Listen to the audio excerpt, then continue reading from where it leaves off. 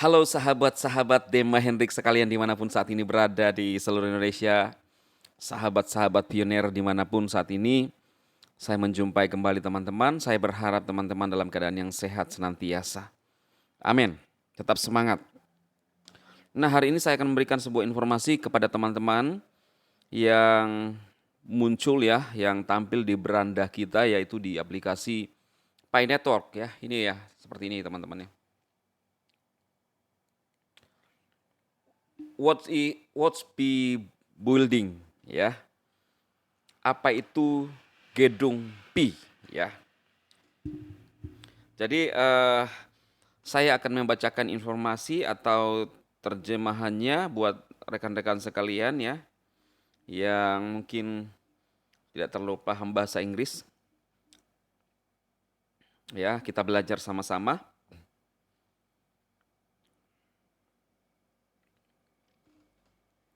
Yaitu dari Dr. Van ya. Terjemahan video oleh Dr. Van. Ini adalah pilihan bahwa kita dapat beroperasi di pasar proyek tinggi sangat berbeda dalam strategi dari proyek lain dalam hal akses dan adopsi massal. Mata uang utama penciptaan ekosistem berbasis utilitas dan dunia triple play. Sampai saat ini kami telah mengadopsi dan mengikuti 3 strategi utama. Mengapa mereka tumbuh? Karena kami percaya mata uang yang benar-benar sukses harus bergantung pada jumlah orang yang cukup seperti yang Anda ketahui untuk memegang mata uang itu, dan yang mengakuinya sebagai mata uang bersedia memperdagangkan barang dan jasa dalam mata uang itu. Jadi pertumbuhan selalu seperti itu. Strategi karena itu kami memiliki lebih dari 35 juta pengguna aktif dan Anda masih tahu pertumbuhan itu bodoh. Salah satu strategi dasar kita, desentralisasi. Sentralisasi adalah strategi kedua. Desentralisasi adalah teknologi terdesentralisasi yang menguji lalu lintas jaringan, terutama migrasi. Dia sedang dalam proses desentralisasi. Pembangunan fasilitas adalah strategi ketiga kami, melakukannya dengan membangun platform, tidak membiarkan diri kami sendiri namun mengembang lain juga dan dapat membangun rumah yang sangat tinggi. Ya, ini translate ya rekan-rekan, jadi kadang terbalik-balik. Saudara pasti bisa memahami ya.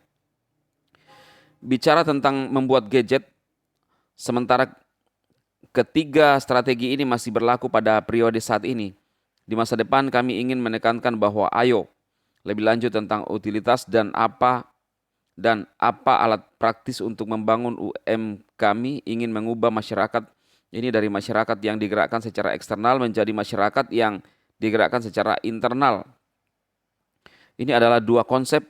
Saya tidak tahu apakah semua orang tahu tentang itu, tetapi saya ingin menjelaskan lebih lanjut apa motivasi eksternal. Banyak dari Anda mungkin sudah mendengar dan mendapatkan kata di atas. Untuk tingkat yang lebih besar adalah bentuk penghasilan seperti permainan putaran. Inilah inti dari motivasi primitif.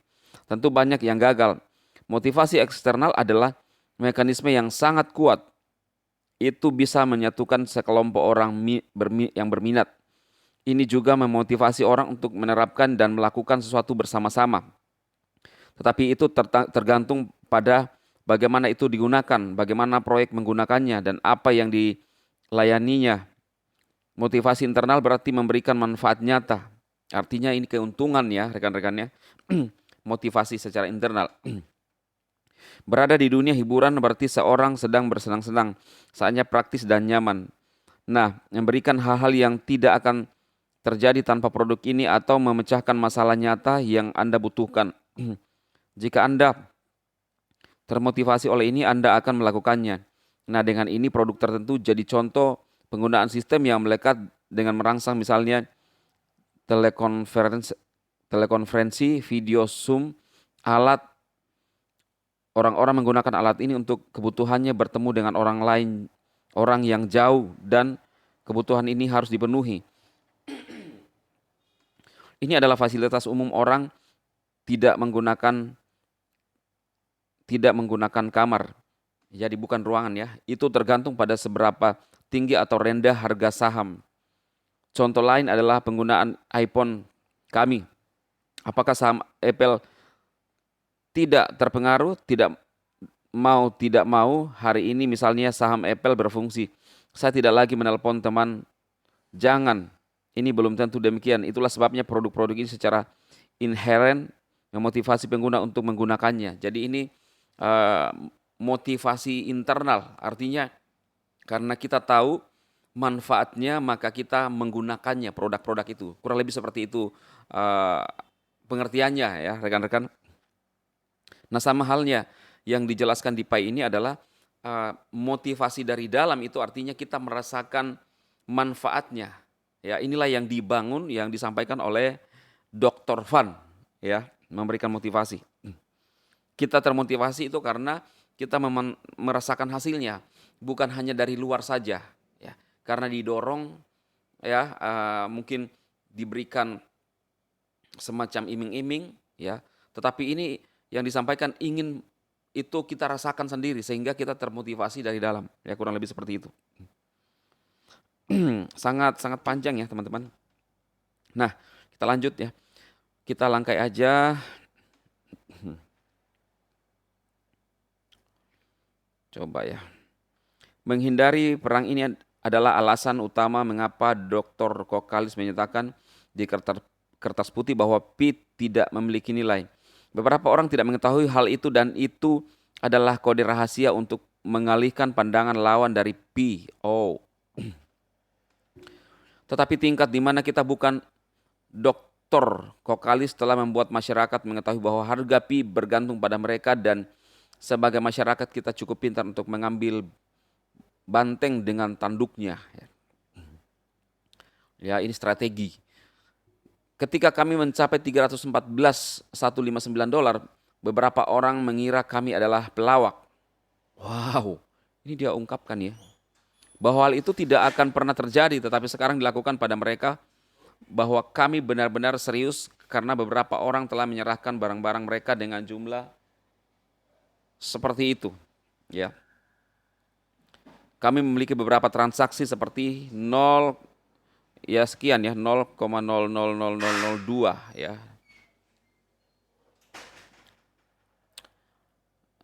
Kemudian dan lain-lain sudah pasti diposting ke dalam blockchain Pi. Apalagi kami butuhkan, yang kami butuhkan hanyalah agar transaksi ini dicatat di Pi blockchain dan kami telah mencapai bahwa sejauh ini ribuan transaksi pada tingkat itu sudah dicatat. Wow. Saat Anda terus memposting transaksi seperti 0,00005 ke blockchain, jangan harapkan sesuatu yang kurang dari 314.159 dolar di open mainnet. Tentu saja mengharapkan sesuatu yang 2 kali lipat jumlah itu atau lebih karena mereka menggunakan uang tunai mereka untuk menyalakan mainnet yang dilampirkan ini akan berharap mendapat untung di mainnet terbuka untuk dapat membayar kembali dari manapun mereka meminjam. Kebanyakan dari mereka mendengar tentang tentang nilai konsensus yang tinggi dan mereka senang akan hal itu termasuk Dr. Nicholas Kokalis. Nah, Dr. Kokalis mengatakan dia ingin mengembalikan kekayaan kepada orang-orang biasa dengan cara adil tanpa membiarkan kekayaan terkonsentrasi di tangan orang-orang tertentu. Wow, ini kalau saya baca ya teman-teman, ini seperti yang disampaikan oleh Robert Kiyosaki. Benar nggak beberapa saat yang lalu saya mengupload videonya ya. Ini kalau saya bacakan ya agak panjang ya teman-teman ya. Tetapi saya harap teman-teman sudah menangkap maksudnya.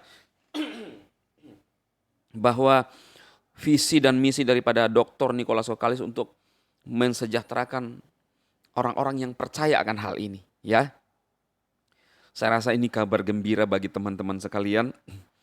Dan dia sendiri berkata bahwa di open mainnet 314.159 dolar. Wow. Saya sudah berapa saudara kalau dihitung itu kalau real ya.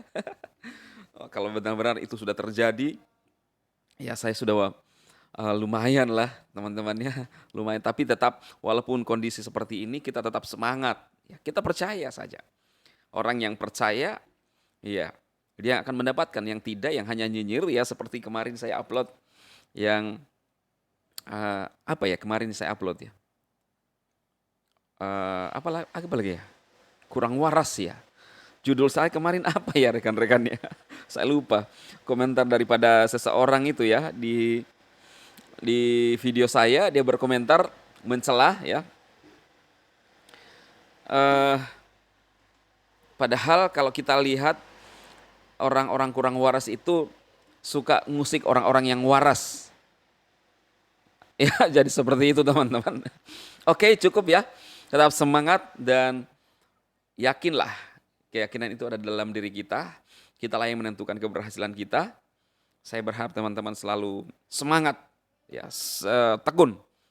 Jangan dengar kata orang. Yang menikmati hasil adalah Anda, bukan orang yang kurang waras, yang hanya kepo dan ngurusi orang lain. Ya, dia mencari materi-materi untuk menjatuhkan dan menyinyir orang lain. Ya, salam kebaikan dari saya. Saya tetap mensupport teman-teman mendapatkan yang terbaik.